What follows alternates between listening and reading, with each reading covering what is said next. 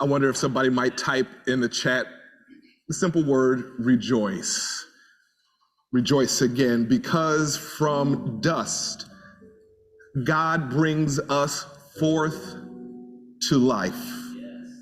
And we rejoice because God delivers us from all earthly strife. So we rejoice, we find joy again because God is a God who can bring life from death, who can walk in the valley of the shadow of death and bring us high upon the mountain. So somebody in the chat, just type rejoice. Somebody in the room, put your hands together as we rejoice this day. Beloved, as we rejoice on this day, there is a familiar refrain in Black preaching. It's usually uttered when the preacher intends to take much longer than he should and knows full well from the start that she will overrun the allotted time. I've used it here before.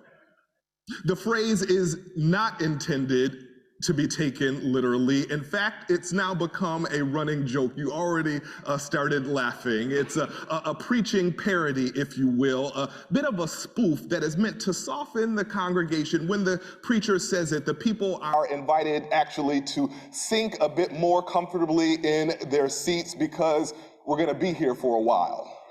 You know the phrase. It goes something like this: I'm not going to be before you long. But I promise you, beloved, today you can actually take this phrase literally. I will not preach long today on this third Sunday of Advent because today is also New Members Sunday. And it's now become a new tradition for us at Union to hold space in Sunday worship, to hold space for our new members to introduce themselves and share a bit about themselves by way of testimony. Said another way, the stories of our new members compose the sermon. The community preaches. So you might think of my words, my message, as a bit of a prelude, an introduction to the words that will be preached by our soon-to-be newest members, Herb and Linda, Tito and Joy. So I'm not going to be before you long so that there is space, breathing room for our newest to speak, because their stories, our stories, your stories, they matter. So we take time to lean in and to listen to their stories, just like we sing our songs together. Together, this community also preaches.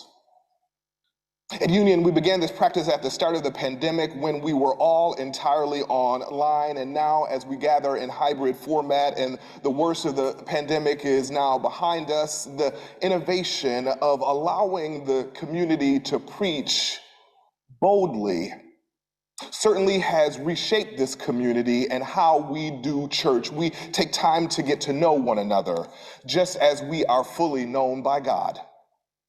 So the stories that we hear today, they draw us closer to one another as God draws closer to us. We share our stories, celebrating that each of us is part of a story that is bigger than us. But catch this: the bigness of the divine story does not make us small. Each of us is part of God's cosmic, grand story, a beloved part of God's divine plan. And we all, each of us, you and you and you and you all have a big role to play. So hear the good news, because here's the good news for us. The story that is bigger than us depends upon us to write the next chapter. The story that is bigger than us depends upon us to write the next chapter of God's divine, grand, cosmic story. So we begin again this Advent, and we make our new beginnings during the season of new beginnings, and it is most fitting then, on this third Sunday of Advent, as we gather under the banner of joy, that we rejoice and celebrate this new Members Sunday. I can think of no better way to preach about joy than to practice the joy of welcoming new members into this place. Yes, we practice what we preach, because the act of enlarging our community and expanding our family is a joy-filled experience. On this Sunday, Joy Sunday, we rejoice and take time to mark that something remarkable is happening in our midst. 4 beautiful people have said yes to the invitation to be part of this congregation, to formally join the family. And I must admit that it's a bit ironic in a way, because already they are part of us as we are part of them. For many years now at Union, there's another phrase that we commonly hear in this place. We generally utter it every week, and it's unlike the phrase, "I won't be before you long." This phrase is not a joke, and this phrase is intended to be taken literally. And the phrase is this: at Union, your family. Somebody type it in the chat. At Union, your family. These 4 beautiful people are already part of the family, and today formally join the family. Paradoxical, ironic, we know. And that's the beauty of Christian community, that we celebrate the already and the still not yet, that is coming into existence and folding upon us. We celebrate and proclaim victory even in advance. We celebrate God's grace that goes before us and prepares the way for us, the grace that shapes us and invites us, that then gives us the opportunity to respond and rejoice and say yes. So today we consent to that grace, which is never forced or compulsory. Collectively, we say yes to receive the gift of joy, when we welcome new folks into our family. Today is a day of new beginnings because it's New Members Sunday. What a joyful occasion it is as our Union family grows, as new ones are born into this place, as our community is born again. I don't know who needs to hear this today, but I need us all to hear this today. Joy, it is our birthright gift. We are born into joy. Joy of family.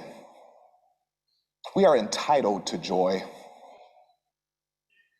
We deserve it. Because the prophet Nehemiah said it this way: the joy of the Lord is our strength. So even when we are weak and don't know joy for ourselves, we proclaim in this place that because we are created in the image of God, a God whose nature is joy, God's joy is our birthright. And even when the world tries to weigh us down, still we rejoice and we can claim our joy again, because already it lives within us. It is written in our bones and imprinted on our DNA. We rejoice and claim joy again, even when we have not known the deep and everlasting joy that Nehemiah and Isaiah speak of. The irony and the paradox of this story is that still it is familiar to us because it lives in us. And this joy that we have, the world didn't give it. The world can't take it away. So there's something beautiful, paradoxical, even something joyful about what is happening on this day, in the twilight of the year, When the coldness of December falls upon us, there is still warmth in our hearts, a warmth of joy that reignites our soul. And it teaches us something about the theme of joy and unpacks the prophecy of Isaiah at chapter 35, where the deserts and the dry places, the wilderness and the wasteland, the scorched earth and the parched land, the barren places, the prophecy declares, become fertile again. And cold places are warmed. And the desert and the wilderness exult, and the dry places rejoice and bloom like the crocus.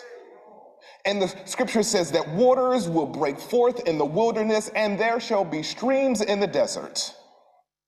And the scorched earth shall become like a lake, and the parched land springs of water. And the winter becomes a wonderland, a sight of joy. As I take my seat, perhaps you've noticed today the joy candle. It is unlike the others. Rather than purple, it's pink. How fitting that pink, a color a bit more subdued than violet, is chosen to symbolize joy. The countercultural candle that goes against the grain. Just as our joy, which is nurtured in this place that the world didn't give and the world can't take away, it is a countercultural witness. In the midst of the cold, in the midst of the despair, still we rejoice. O come, Emmanuel, God with us. You know, scientifically speaking, the pink of joy stands out a little bit differently because literally it contains more light, more wavelengths that are visible to the eye, more visible hue that we can see. The uniqueness of this candle, it marks the uniqueness of this day. Because you might have also noticed that we have reached a turning point in our story when the lighted candles outnumber the unlit ones. And the community of light is a bit more luminous than the dormant crowd. So today, these new members, they share their stories and come to bear witness to their light. And it marks a turning point in our story, in this place called Union, that this community is called to shine and brighten the candles that are shining already in this place. And together, we make our new beginning as we are enlightened and we radiate and we shine. And we experience a winter wonderland of our own, an everlasting joy that's in this place. So as I invite our 4 new members to come and to continue this sermon, Herb, why don't you come? Linda and Tito, why don't you come? Joy, on this Joy Sunday, why don't you come? Let's put our hands together and welcome them as they come.